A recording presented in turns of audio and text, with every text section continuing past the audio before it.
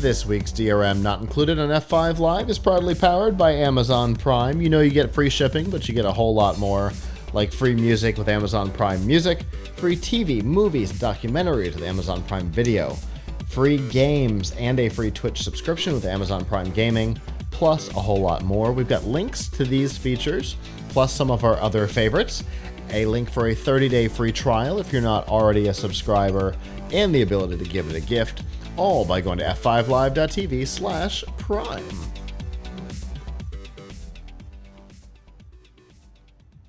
Hello, Internet. Sorry for the interruption. I just want to let you know we're doing an audience survey to get to know you better, what you like, what you don't, what we might need to change. It's completely free. It takes about 60 seconds. If you go to PLUGHITZlive.com/audience and fill out the survey, you'll be entered for one of 2 CES prize packs with bags and shirts and a whole lot more. Again, it takes 60 seconds, PLUGHITZlive.com/audience. And now, back to the show.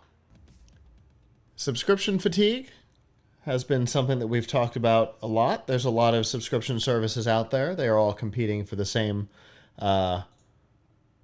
number of dollars that are available in the market. And it seems that some of that has come to hit Netflix pretty hard. For the first time in over a decade, the company saw a net subscriber loss instead of a net subscriber gain.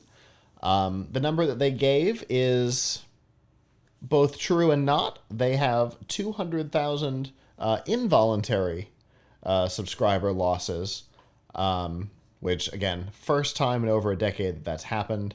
In addition, what does involuntary mean? So that is, they did not decide to give those customers away. They also lost another 700,000 paid subscribers when they shut Russia off over the Ukraine conflict. So all in, they have 900,000 paid subscribers that they have lost in the first quarter of 2022. But 700,000 of them, they made the decision to give away. So the 200,000 were involuntary. They didn't tell them to go away. Those were customers that they lost based on business practices or whatever. Those customers decided to leave, and another 700,000 were forced away when they shut Russia off as an acceptable business territory. So whether they gave them away or pushed them away or they left of their own volition, the important thing to note is 900,000 paid subscriptions less over the first quarter of 2022 is a huge number, especially when you take into consideration that it's the first net subscriber loss in over a decade since the DVD days. I mean, that's a big deal right there. The company has their beliefs on why this happened. They say that micro factors, including sluggish economic growth, increasing inflation, geopolitical events such as Russia's invasion of the Ukraine, and some continued disruption from COVID are likely having an impact. I have a feeling it's a little more than that, and I think it comes back to a conversation you and I have had a number of times. Netflix is not the name that comes to mind initially when I think, what's new and exciting to watch on streaming tonight? Yeah.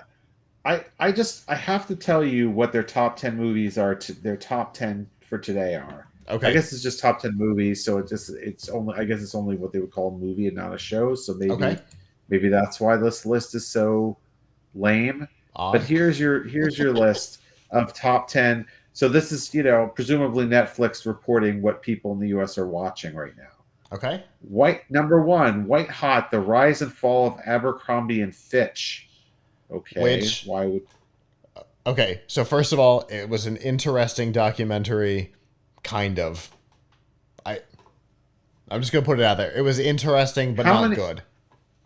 What you'll see is that a lot of these are not Netflix originals. That one was, Number 2. Yes, that one was. Number 2, The Cleaner, a movie with Samuel Jackson from 2008. where he cleans up Weird. crime scenes. Weird. I randomly watched that a week ago. I wonder if It I'm the must reason why it's trending. Go ahead. Another movie I've never seen, but apparently Netflix original from 4 years ago called How It Ends. Number 4, The Atom Project. A pretty okay movie, which I watched with my son a couple of weeks Yeah. ago. Actually worth watching. Number But 5. okay is a good way of putting it. Yes. He really liked it though, but he keeps asking questions about like why, if somebody killed their future self, why their past self.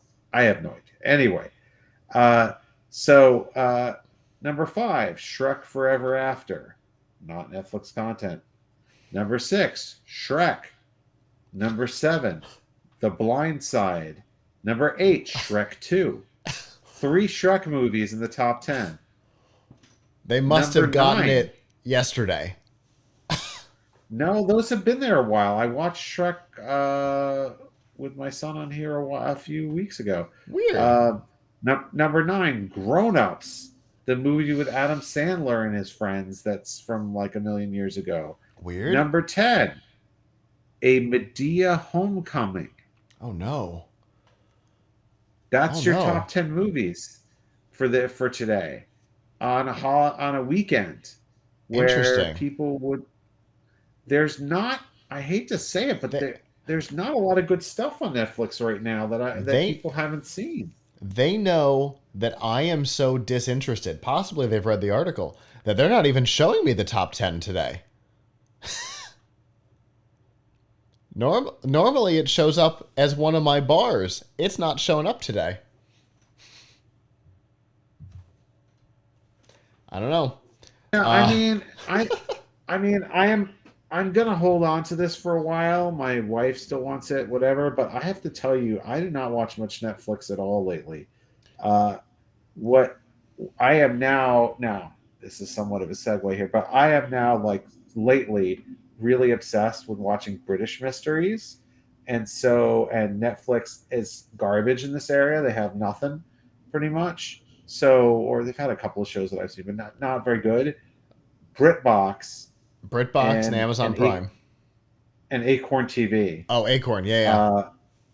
I have a BritBox subscription and an Acorn TV subscription, and those are my watching them every day now subscription. So, and we watch Disney Plus, and we watch, and every now and again something comes on HBO Max, and for the Star Treks we have Paramount. But Netflix, like, what is the selling point? It's Stranger Things, a show that hasn't been on in years and will be on one more time or two more times. And once that's done, I think I am too. I want to see the next season of Umbrella Academy. I like Umbrella that's true. Academy. See, and this comes back, and I mentioned this on GNC Week in Review. I mentioned you in particular, that we've had this conversation for like the last 2 years, that we're always on the edge of going, I'm done, and like, oh, but Stranger Things. Yeah, it's like there's like one thing a month, maybe maybe 2 months, every 2 months that I want to see. Now that's not great. I mean, that's something, but it's not great when you got to make a decision, and the price of this is actually going up, and you got to make a decision about what you're gonna keep and get rid of with all these streaming services. When I have other streaming services that it's like, hey, I'm finding something new every single day to watch on this other service. Yep. And on your service, not so much. So exactly. And so one of the things that I didn't talk about, we'll talk about how Netflix is responding in a minute. But one of the things that I didn't talk about in the article is that with the rise of all these other services and the first time decline of Netflix, BitTorrent is on the rise. So you had cable with lots of ads and not a whole lot of stuff that you cared about, and a lot of stuff that you didn't. And BitTorrent became really popular, and then streaming made things easy. Netflix and Hulu made things easy, and now you've got 20 services, and you're basically back to cable, and BitTorrent is back on the rise. So they might be shooting themselves in the foot here. So that was an interesting statistic. Yeah. Look, you can't really win because there's so many streaming services out there. I think the ones that do it, that really have me the best, are the ones where it's an annual fee, not a monthly. And interesting. And the annual fee is not nearly as high as Netflix. So like, right. Acorn TV was like $70 for the year. Okay. Right. And and in the first month and a half that I've had it, I've watched like 10 different shows on there. So okay. Yeah. BritBox was a similar thing, right? Paramount is also something like that, Yeah. So I don't know. I find myself using Paramount a lot. Obviously, I watch a lot of Hulu and Amazon Prime, but I find myself on Paramount more often than I ever did on CBS All Access, which I find interesting, considering theoretically it's the same platform, but obviously it's very much not the same platform. I mainly only watch the Star Trek shows on there. Every now and again there's a CBS watching show movies and stuff on there. Really? Yeah. There's a lot of Paramount branded movies that are on there that I've been watching there's a lot of really quality stuff, which I was surprised by, because there wasn't when it was CBS All Access. There was nothing to watch except the Star Trek at the beginning. But now there's all kinds of interesting stuff. And again, I find the only thing that I ever kind of go over to Netflix for is occasionally if I want to listen to a single episode of 30 Rock, but it's also on Peacock, so it's not that important to watch it on Netflix. So, yeah. After Stranger Things and Umbrella Academy, I might pause it for a while, to be perfectly honest. Yeah, my wife still wants to watch it, so I think I won't be able to get away with that. But yeah, if it were just up to me, then I would probably pause it. Yeah. Yeah. So let's talk about the company's response. It seems that they are not hearing what we're saying, in that we believe that the problem is in content, and so they are axing content. They have already canceled Bright 2, which is a Will Smith-led project. It is not having anything to do with the Oscars. And Will Smith is always a good lead, and possibly even more so since the Oscar thing. I don't know. But it looks like that's gone. They have fired the head of animation for Netflix. And cut at least 2 of the projects. One of them, an adaptation from a company that they own. They were so enthralled and so focused on making Roald Dahl content that they bought the company that owned the rights to his entire catalog. And they have canceled the Twits, which was an animated adaptation of that story, and also an adaptation of a comic, Bone.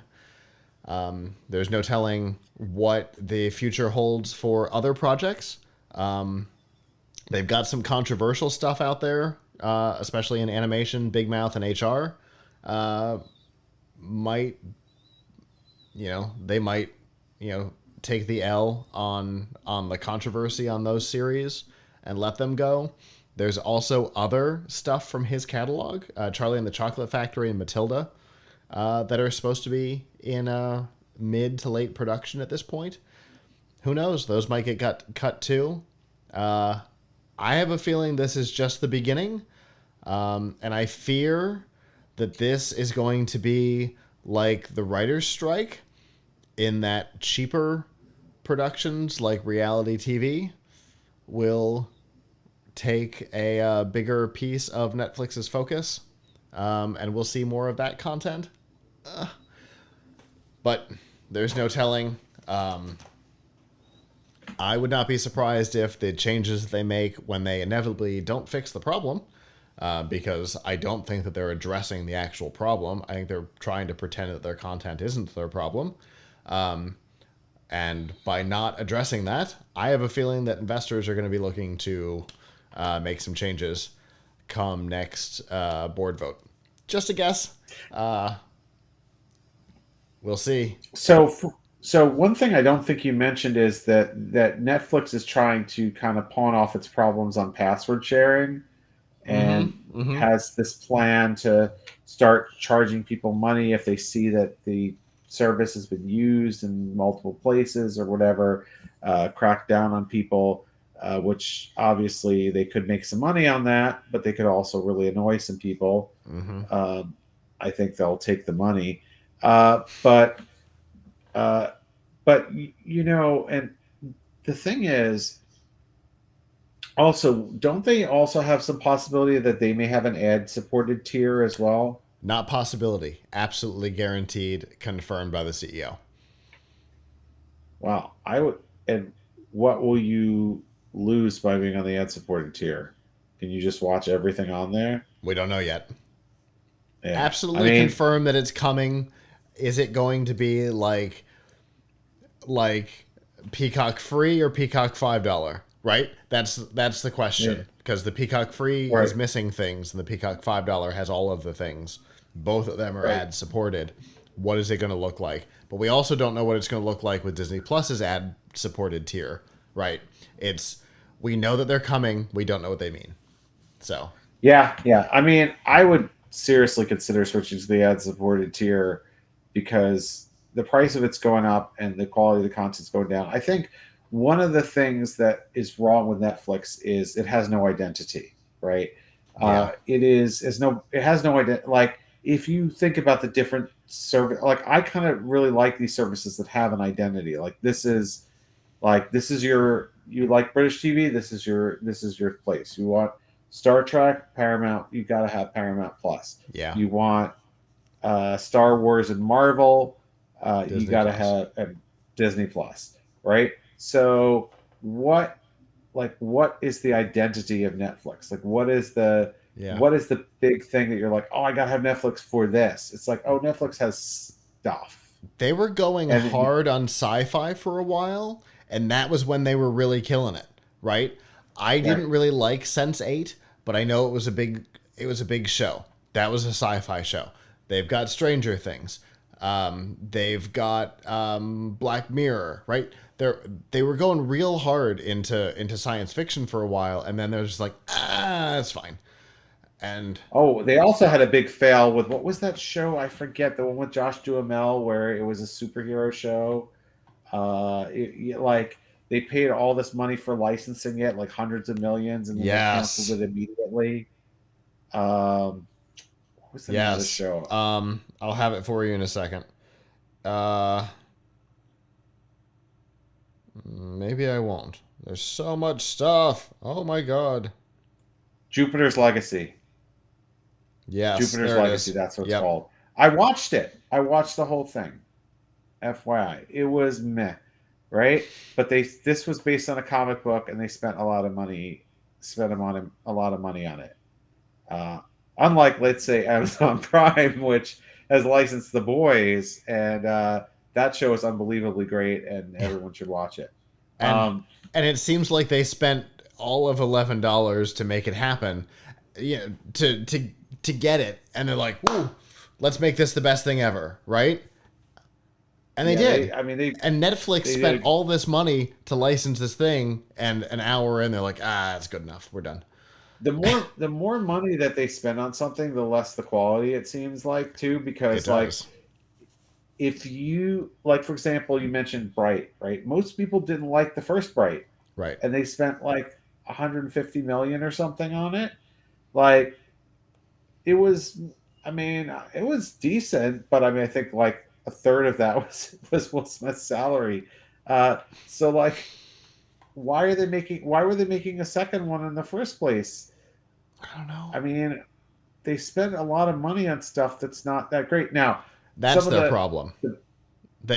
There's a great joke from Family Guy where, like, throughout a particular episode, all of the characters had a Netflix comedy stand-up special, and they made the joke that anybody can get a comedy special, can get paid to do a comedy special, and that's the thing, right? They just, because they've been the leader for so long, right? They essentially created the industry. They've been the leader for so long. They've just been like a spray gun, just and hoping that something hits. Quality. But they can't do that anymore. Right. They need to figure out who they are, and it. Yeah. I mean, if they want to be the semi-political content network that they've been leaning towards over the last 18 or so months, I mean, that's fine. Just know who you are and stop being something else. You can't be everything to everybody. In the new, when you were the only one, or it was just you and Hulu, you could try and be everything to everybody. But like you said, you can't be now. Have an identity. Figure out who you are. Are you doing these love at first sight reality shows? Are you doing, high quality sci-fi, Umbrella Academy and Stranger Things? Are you doing documentaries about true crime and or national parks? Pick something. Decide who you are. I want to say this though: the true crime documentaries that they've made, actually, a lot of them are pretty good. Like that, they're documentaries. I mean, this is not what they're trying to be known for, I feel like, but the documentaries on Netflix are the one thing that's been consistently pretty good. Good. Certainly production quality. There's been some issue with the actual content, but yeah, I mean, for the love of God, look at Tiger King. Right. I mean, besides just the crime ones, right? Like if you look at some of the pop culture ones, like the movies that made us, such a great series. The movies that made us, and the toys that made us, like those are fantastic. Like I feel, and then like they've had some others like Catching Killers or whatever. Like I feel like they've done a really good job with some of their documentaries, and like. But again, that's probably not like an overall selling point. I don't know if they would keep their 200 million subscribers by calling themselves the documentary service. But sure. I mean, DocuBox hasn't gone anywhere calling themselves that. So, but yeah. So I don't know the answer there, but they don't have an identity, right? Exactly. If anything, their identity was either All Things to All People, which is not a great identity right now, or we have Stranger Things. But considering that they get a Stranger Things every 3 years, that's not really a great selling point. Yeah, for sure. We'll see. I would say the next fiscal year is going to be really important for them. We'll see if they do make any changes or if they just try and play the business as usual game. But I don't know. I think something has to change. Hello, YouTube. Thanks for watching, and I hope you enjoyed this episode of F5 Live Refreshing Technology. If you did, please subscribe to the channel down below, and of course hit the notification bell because we know that subscriptions don't mean much on YouTube anymore. If you've got topics that you'd like us to talk about in the future, please comment them down below. And if you'd like to not follow us on YouTube, there's lots of ways that you can follow along with our content by going to plughitslive.com/subscribe. There you'll see all of our shows and all of the ways that you can watch, listen, and follow along.